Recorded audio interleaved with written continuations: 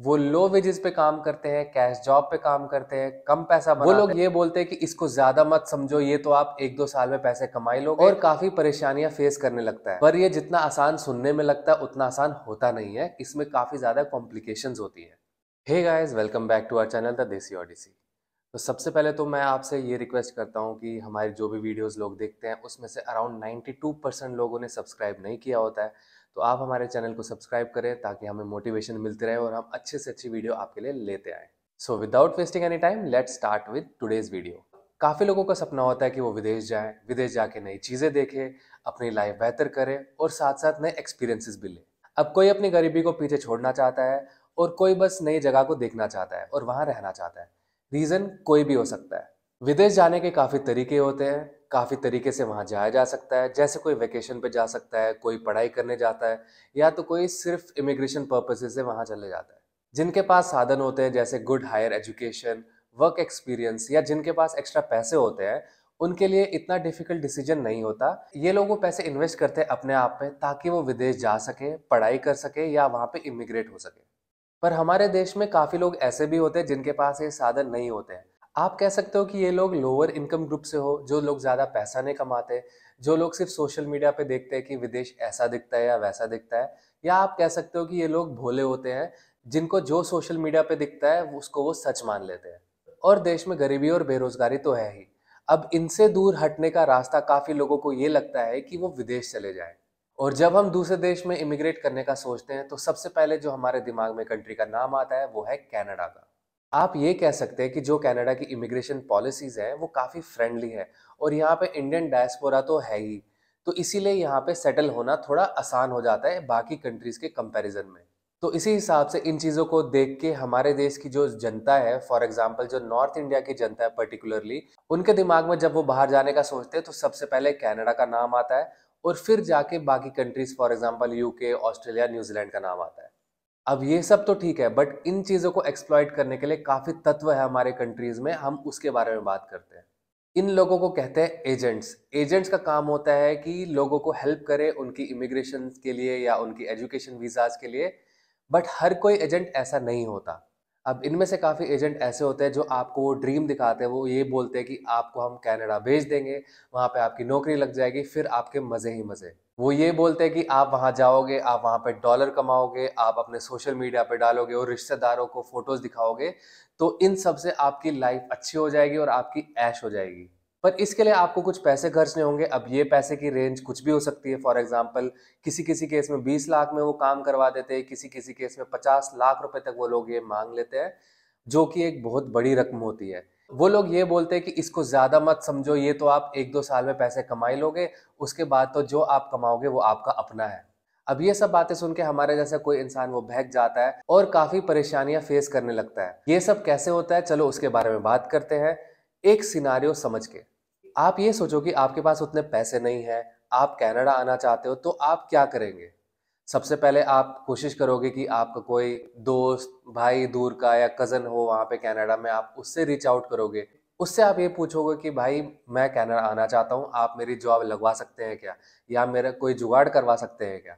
अगर आपका कोई वो बहुत ही अच्छा चाहने वाला हो, आपका भाई, अपना भाई हो या फिर आपका ब्लड रिलेटिव हो कोई और, तो शायद वो आपकी हेल्प कर दे। But most of the cases में आपको वो ये बोलेगा, यार मेरे से कुछ नहीं होगा, तू किसी एजेंट से जाके बात कर दे, बाकी यहाँ पे आना तो आसान है, मैं तेरी हेल्प कर दूंगा या फिर मैं तेरे को अपने घर पे बिठा लूंगा। पर ये जितना आसान सुनने में लगता है उतना आसान होता नहीं है, इसमें काफी ज्यादा कॉम्प्लिकेशंस होती है। तो जब आपके पास कोई जॉब नहीं है कनाडा में, आप कनाडा आ नहीं सकते, तो काफी रास्ते होते हैं यहाँ पे आने के, जिसको आप इलीगल तो नहीं बोल सकते, बट वो एक लूप होल है इमिग्रेशन पॉलिसीज में। जिनमें से एक है विजिटर वीजा। विजिटर वीजा पे लोग आते हैं, ये बोलते हैं कि हम वेकेशन पे जा रहे हैं कनाडा, और वो यहीं पे रुक जाते हैं। यहाँ पे इलीगली काम करने लगते हैं, जिसको बोलते हैं कि वो कैश जॉब्स पे काम करेंगे, सारा पैसा वो अपने पास रख लेंगे। वो लो वेजेस पे काम करते हैं, कैश जॉब पे काम करते हैं, कम पैसा बनाते हैं, बट कनाडा में ही रहते हैं। अब ये है एक इलीगल रास्ता। दूसरा रास्ता होता है एलएमआई का रास्ता। ये एक रास्ता है जो एजेंट आपको दिखाते हैं कि हम आपके लिए एक एलएमआई बनाएंगे और कनाडा आपको भेज देंगे, क्योंकि आपके लिए वहां पे एक जॉब होगी। चलो अब बात करते हैं एलएमआई के बारे में। एलएमआई का क्या मतलब है? एलएमआई की डेफिनेशन है लेबर मार्केट इम्पैक्ट असेसमेंट। ये एक ऐसा डॉक्यूमेंट होता है जो कैनेडियन एम्प्लॉयर्स को दिखाना पड़ सकता है कि ये बोल के कि कनाडा में इस पर्टिकुलर स्किल की डिमांड है और हमारे पास कोई इंसान नहीं है उसको फिल करने के लिए। ये जो असेसमेंट होता है ये कंडक्ट किया जाता है employment and social development Canada, जिसको ESDC भी बोलते हैं। ये इंश्योर करता है कि जो भी हायरिंग हो रही है वो लीगली हो रही होती है और कहीं इसका नेगेटिव इम्पैक्ट तो नहीं पड़ रहा कैनेडियन इकोनॉमी पे। अब जैसे हमने बताया कि ये LMI की जो जॉब होती है इसका ये मतलब होता है कि जो कनाडा में जॉब्स है उसके लिए यहाँ पे लोग नहीं है। तो कहीं कहीं केस में जो एम्प्लॉयर्स होते हैं वो ये बताते हैं कि उनके पास ये लोग है नहीं, और वो इंडिया में जिनके एजेंट से उनकी जान पहचान होती है वो एजेंट्स को ये बोलते हैं कि हम लोगों को यहाँ पे बुला लेंगे, आधा पैसा तेरा आधा पैसा मेरा।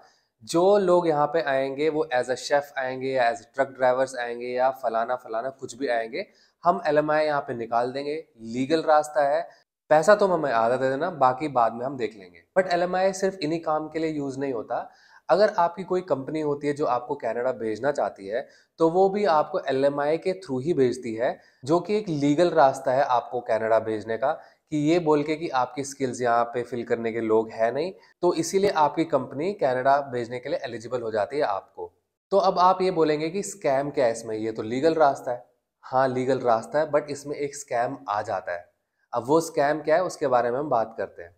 जैसे हमने बताया था कि जो लोग इसमें इन्वेस्ट करते हैं अपने पैसे वो लोग थोड़े लो इनकम ग्रुप के होते हैं या उनके पास उतनी ज़्यादा नॉलेज नहीं होती कि शायद कोई दूसरा रास्ता हो जो रास्ता वो लेके कनाडा आ सके। फॉर एग्जांपल PNPs का रास्ता हो या फिर इन डिमांड लेबर का रास्ता हो, जो कि हमेशा फेडरल गवर्नमेंट और प्रोविंशियल गवर्नमेंट लॉन्च करते रहती है। फॉर एग्जांपल इलेक्ट्रिशियंस को बुलाना, मैकेनिक्स को बुलाना, ट्रक ड्राइवर्स को बुलाना, प्लम्बर्स को बुलाना, एटसेट्रा एटसेट्रा। अगर इन लोगों के पास ये एजुकेशन हो या वो लोग ये रिसर्च करें तो विदाउट पैसा दिए वो लोग कनाडा में आ सकते हैं ऑन परमानेंट रेजिडेंसी, ताकि उनको बाद में भी परेशानी ना हो कि वो पॉइंट जमा करने लगे फिर उनको PR फाइल करना है एटसेट्रा एटसेट्रा। बट क्योंकि उनके पास इस नॉलेज की कमी होती है तभी वो LMI का रास्ता देखते हैं और उनके साथ ये फ्रॉड होता है। अब जैसे मैंने बताया कि LMI के लिए कोई भी आपको बुला सकता है कनाडा से इंडिया के लिए। ये जॉब्स मीनियल होती है मोस्ट प्रोबेबली। फॉर एग्जांपल जैसे मैंने बताया प्लम्बर की, इलेक्ट्रिशियन की या कुक की। अब वो लोग तो आपको यहाँ पे बुला लेंगे ये बोल के कि हम आपके एम्प्लॉयर हैं, हम आपको पैसा भी देंगे, बट वो आपको एक अच्छा जो वेज होता है वो नहीं देंगे। वो आपको जो लीगल वेज है कनाडा का, फॉर एग्जांपल ओंटारियो का इस वक्त 16.5 के आसपास है, वो आपको 16.5 नहीं देंगे, वो आपको मे बी 12 देंगे या $11 पर आवर देंगे। अब इसका एग्जाम्पल मैंने खुद देखा है, वो कैसे देखा है वो मैं आपको ये बताता हूँ। अब आपको बैकग्राउंड में थोड़ा डिफरेंस दिख रहा होगा क्योंकि हम नए घर में आ गए हैं। इसका जो हाउस टूर होगा वो हम आगे आने वाले वीडियो पे जरूर देंगे, तो वो भी आप चेक करते रहो। बट जब हम इस घर के लिए मूव हो रहे थे तो हमने एक मूविंग एजेंसी को कांटेक्ट किया था एंड वहाँ पे कुछ लोग आए थे। तो उनमें से ही एक ऐसा इंसान था जो LMI के थ्रू आया था एंड मैंने जब उससे बात की तो उसने बोला मैं 10 से $11 पर घंटा कमाता हूँ। मेरे को काफ़ी बुरा लगा उसके लिए क्योंकि वो तो इंडिया से अभी 3-4 महीने पहले ही आया था। कनाडा की इकोनॉमी की हालत इतनी अच्छी नहीं है, इन्फ्लेशन बहुत ज़्यादा है, रेंट्स बहुत ज़्यादा है, खाना पीना सब कुछ बहुत महंगा है। तो वो इंसान 10-11 डॉलर में क्या ही कर लेता होगा, क्या ही वो बंदा पैसा सेव कर लेगा, और इंडिया में जो 30 लाख रुपए वो लगा के आया था कैसे वो पैसे चुकाएगा। ऊपर से ये लोग जब कनाडा आते हैं वो काफ़ी केसेस में क्लोज वर्क परमिट पे आते हैं। क्लोज वर्क परमिट का ये मतलब है कि आप कनाडा में होते हुए किसी और के लिए काम नहीं कर सकते अनलेस आपके पास उस कंपनी का भी LMI हो। तो ये लोग मजबूर हो जाते हैं इसी एम्प्लॉयर के लिए काम करने के लिए, और जब तक उनके 1-2 साल पूरे हो जाते हैं तब तक वो उसी कम पैसे पे सैलरी कमा रहे होते हैं और साथ साथ वो कैश जॉब करने लगते हैं जो कि अगेन कम पैसा पे करता है, वही 10, 11, 12 डॉलर के आसपास पर घंटे का। अब लोग कनाडा तो आ जाते हैं बट कनाडा आके क्या करना है उसके बारे में उनको कुछ पता नहीं होता। ये एक अलग कंट्री है, बहुत बड़ी कंट्री है, यहाँ का वेदर अलग है, यहाँ का इंफ्रास्ट्रक्चर अलग है, यहाँ की इकोनॉमी अलग है, तो उसके बारे में उनके पास कोई नॉलेज नहीं होती। काफ़ी केसेस में ये लोग अंधेरे में रहते हैं। जो आपका एम्प्लॉयर होता है उसको तो सिर्फ पैसे से मतलब होता है, उसने एजेंट से वो पैसे ले लिए, आप यहाँ पे आ गए, आपको उसने मीनियल जॉब दे दी, अब उसकी आगे कोई रिस्पॉन्सिबिलिटी नहीं होती। तो ये एक काफ़ी परेशानी का टॉपिक हो जाता है उन लोगों के लिए जो इस रूट से कनाडा आते हैं और उनके हाथ पांव बन जाते हैं इन मीनियल जॉब में काम करते करते। ये तो हुई LMI की और इस लूप होल की बात। बट एजेंट्स आपको ये भी बोलते हैं कि आप LMI के थ्रू कनाडा आ जाओ, फिर तो आपकी PR लग जाएगी, पक्का है भाई। ऐसा नहीं होता। जब आप कनाडा में आते हैं एज एन LMI होल्डर तो जब आपको 2-3 साल यहाँ पे हो जाते हैं, जब आप अपनी पीआर फाइल करेंगे, तो आप देखेंगे कि आपका जो स्कोर है वो कहीं भी 400, 450, 500 के आसपास नहीं बनता। ये आप रीसेंट ड्रॉज में दे सकते हैं कि कितना ज़्यादा स्कोर चाहिए होता है पीआर के लिए। आपका जब स्कोर इतना कम होता है तो आप एलिजिबल नहीं होते हो पीआर के लिए। तो आपको मे बी प्रोविंस चेंज करना पड़े या इलीगली इस कंट्री में रहना पड़े, तो ये चीज़ें कोई एजेंट आपको बताता नहीं है। जब आप पीआर के लिए फाइल करेंगे तो आपको इंग्लिश टेस्ट फिर देना पड़ेगा। आपको अपनी एजुकेशन क्रेडेंशियल्स दिखानी पड़ेगी, आपने क्या पढ़ाई की है। ऑन टॉप ऑफ दैट जो एलएमआई लेके आप कनाडा आए हो, वो भी आपको दिखाना पड़ता है कि आपने उसी फील्ड में काम किया है, उसी नॉक कोड में काम किया है, जिस नॉक कोड के लिए आप यहाँ पे आए थे। वही एक्सपीरियंस वहाँ पे काउंट होगा, तभी आपको वो पॉइंट मिलेंगे। इसके बारे में हम डिटेल्ड वीडियो बाद में बनाएंगे। अगर आपको वो देखनी हो तो प्लीज कमेंट करें कि आपको वो वीडियो के बारे में थोड़ी नॉलेज चाहिए। तो आज जो हमने बातें की हैं उससे हमें क्या पता चलता है? आज हमें ये पता चलता है कि लोगों को आसानी से कनाडा का जो ड्रीम बेचे जाते हैं, जो एजेंट ये ड्रीम बेचते हैं, पर्टिकुलरली जो लोग फाइनेंशियली या फिर एजुकेशनल वाइज उतने स्ट्रांग नहीं होते, उनको गुमराह किया जाता है, एक्सप्लॉइट किया जाता है ये बोल के कि कनाडा आना आसान है, वहाँ पे पीआर लेना आसान है, पैसे कमाना आसान है। जबकि कनाडा की इकोनॉमी की हालत इतनी अच्छी नहीं है, यहाँ पे इन्फ्लेशन है, काफ़ी रेंट बढ़ चुका है, तो एक मिनिमम वेज पे कमाने वाला आसानी से कनाडा में नहीं रह सकता। ऑन टॉप ऑफ दैट आप एलएमआई लेके 30, 40, 50 लाख रुपए खर्च के आ रहे हो, वो एक स्ट्रेस, वो एक बर्डन अलग होता है। आपकी लिविंग कंडीशन अच्छी नहीं होगी क्योंकि आप एक मिनिमम वेज पे काम करते हो। सो अगर आप ये वीडियो देख रहे हो तो मेरी आपके टुवर्ड्स ये सजेशन है, आप अपने पाथवे के टुवर्ड्स रिसर्च और करें। कनाडा आने के बहुत लीगल तरीके हैं। आसानी से आप कनाडा आ नहीं सकते, आपको रिसर्च खुद करनी पड़ेगी। एजेंट के भरोसे मत रहना, वो आपको इलीगल रास्ते से या फिर ये बोल के कि वो लीगल रास्ता है, वो पैसे ले लेगा आपसे, उसका काम वहीं पे ख़त्म हो जाता है। आप जब कनाडा आओगे तो आपको काफ़ी मुश्किल फेस करनी पड़ सकती है। इसीलिए आप अपनी रिसर्च खुद करें। रिसर्च करने के बाद ही आप इतना बड़ा स्टेप लें कि आप अपनी कंट्री छोड़ के, अपना बिजनेस छोड़ के, अपनी जॉब छोड़ के आप एक दूसरे देश जाएं। तो अगर आप ये वीडियो देख रहे हो और कनाडा आने का सोच रहे हो, तो मेरी आपसे ये रिक्वेस्ट है कि आप एक वैलिड रूट से कनाडा आएँ, अपनी रिसर्च करें। फॉर एग्जांपल जैसे पीआर के रूट से कनाडा आएँ, स्टूडेंट रूट से कनाडा आएँ या बिजनेस रूट से। पैसे दे के कनाडा ना आएँ, बाकी आप लोग समझदार हैं, आप डिसीजन ले तो लोगे ही।